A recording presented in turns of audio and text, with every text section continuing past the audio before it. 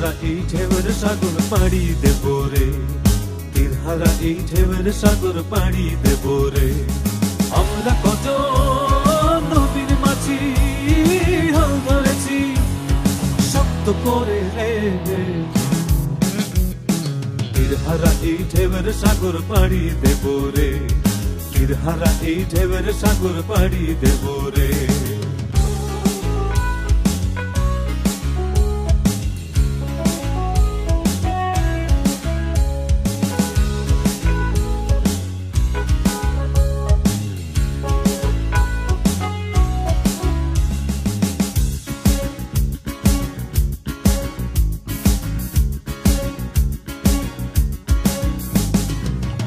কাটে যুদ্ধ করে প্রাণের মায়া সঙ্গ করে জীবনের স্বাদ নাহি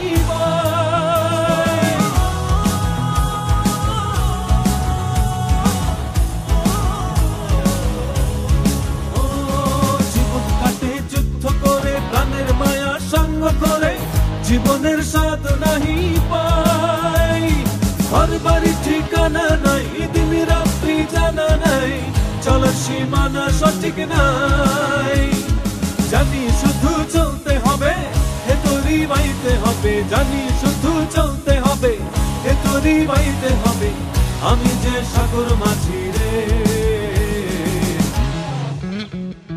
তীর হারা এই ঢেউয়ের সাগর পাড়ি দেব রে, তীর হারা এই ঢেউয়ের সাগর পাড়ি দেব রে।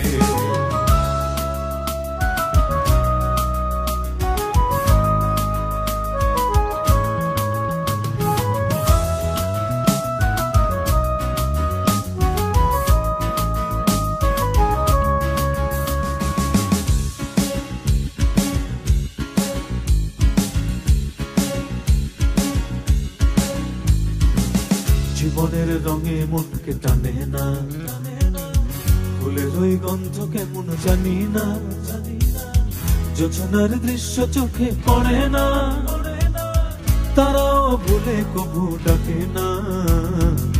জীবনের রঙে মনকে টানে না, ফুলের ওই গন্ধ কেমন জানি না, যোছনার দৃশ্য চোখে পড়ে না, তারাও ভুলে কবু ডাকে না। জীবনের রঙে মনকে টানে না, বৈশাখের ওই রুদ্র ঝড়ে আকাশ যখন ভেঙে। 10টি ইউনিয়ন এবং গোপালপুর পৌরসভার আনাচে কানাচে থেকে আগত আমার চাচা, আমার ভাই, আমার বোন, আমার চাচিমা, ছোট ভাই, বড় ভাই এবং মঞ্চে উপবিষ্ট আমার সাথে আমার লালপুর এবং বাগাতিপাড়া থেকে আগত, বাগাতিপাড়া উপজেলা, পৌরসভা, লালপুর উপজেলা এবং গোপালপুর পৌরসভা থেকে আগত সকল পর্যায়ের নেতৃবৃন্দকে আসসালামু আলাইকুম এবং ঈদ মোবারক।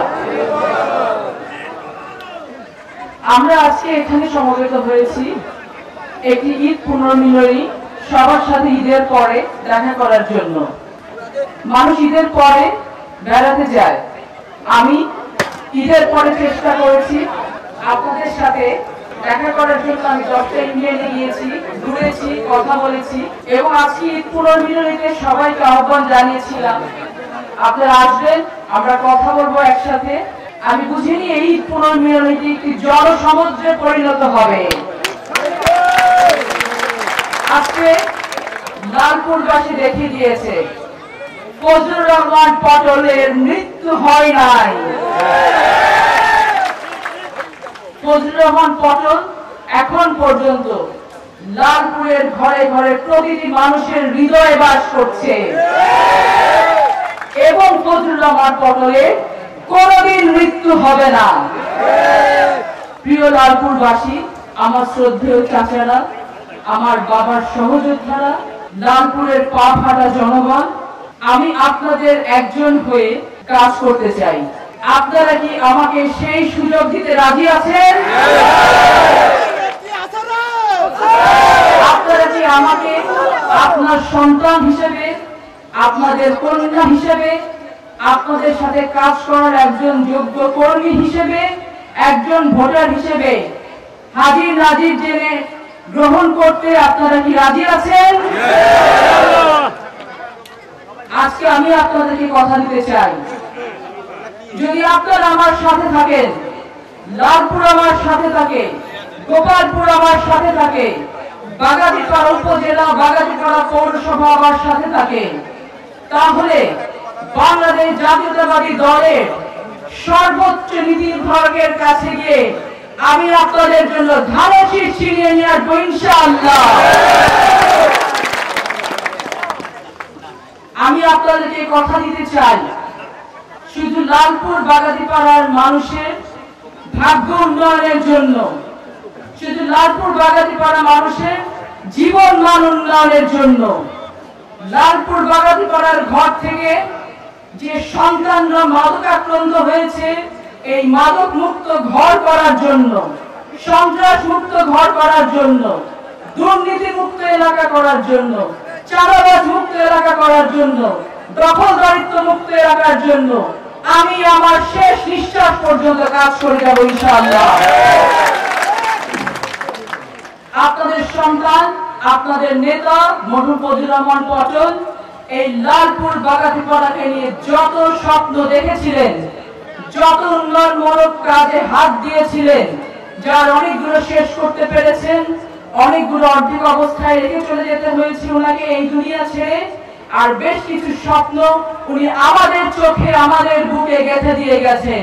আমি আজকে লালপুরের এই জনসমুদ্রে আপনাদের কাছে ওয়াদাবদ্ধ হতে চাই, যদি দল আমাকে মনোনীত করেন, যদি দল আমাকে যোগ্য মনে করেন, যদি ভারপ্রাপ্ত চেয়ারম্যান জনাব তারেক রহমান এবং দেশনেত্রী বেগম খালেদা জিয়া আমাকে তাদের ধানের শীষের কান্ডারি হিসেবে মনোনীত করেন, আমি আপনাদেরকে কথা দিচ্ছি ফজলুর রহমান পটলের রেখে যাওয়া অসমাপ্ত কাজ আমি সম্পন্ন করব, তার দেখা স্বপ্ন আমি পূরণ করব ইনশাআল্লাহ। রাজনীতিতে যে নতুন একটি ধারা প্রতিষ্ঠিত হতে যাচ্ছে, সন্ত্রাস মুক্ত, দখলদারিত্ব মুক্ত, চাঁদাবাজ মুক্ত, দুর্নীতি মুক্ত, সেই ধারার রাজনীতিকে প্রতিষ্ঠিত করার জন্য আমরা একসাথে একত্রিত হয়ে ভারপ্রাপ্ত চেয়ারম্যান জনাব তারেক রহমানের কান্ডারি হিসেবে কাজ করতে পারবো কিনা আপনারা হাত তুলে সকলে জানান। আমাদেরকে সকলকে নতুন বাংলাদেশ গড়ার জন্য গত 15-17 বছর শেখ হাসিনার মাফিয়া তন্ত্র যেভাবে বাংলাদেশের সকল রাষ্ট্র প্রতিষ্ঠানকে ধ্বংস করেছে, আমাদের সংবিধানকে কেটে ছিঁড়ে রক্তাক্ত করেছে, আমাদের ভাইকে গুম করেছে, ক্রসফায়ারের শিকার হয়েছে, জুলাই অভ্যুত্থানে আমাদের সন্তানদের বুকে গুলি চালিয়েছে, তাদেরকে পঙ্গু করেছে, তাদের জীবনকে সামনের দিকে এগিয়ে যাওয়ার জন্য বাধাগ্রস্ত করেছে। আমরা এই প্রত্যেকের বিচার করতে চাই। আমরা বাংলাদেশ জাতীয়তাবাদী দল ভবিষ্যতে যে বাংলাদেশ করব, একটি সুষ্ঠু বিচার ব্যবস্থা কায়েম করার জন্য দেশনায়ক জনাব তারেক রহমান প্রতিজ্ঞাবদ্ধ।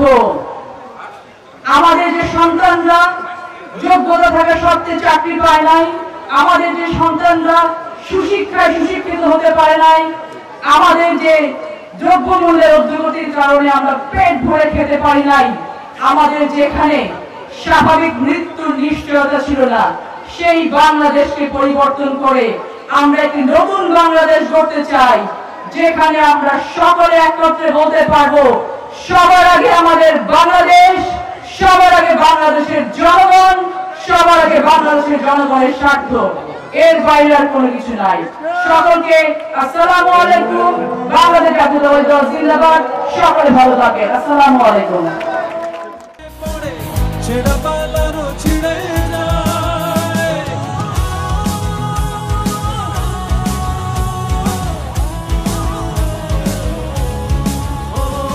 বৈশাখের ওই রুদ্র ঝড়ে আকাশ যখন ভেঙে পড়ে, ছেঁড়া পালারও ছিঁড়ে যায়, হাতছানি দেয় বিদ্যুৎ আমায়, হঠাৎ গেজে শঙ্খ শোনায়, দেখি ওই ভোরের পাখি গায়, তবুও তরি বাইতে হবে, খেয়া বাড়ি দিতেই হবে, তবুও তরি বাইতে হবে, খেয়া বাড়ি দিতেই হবে।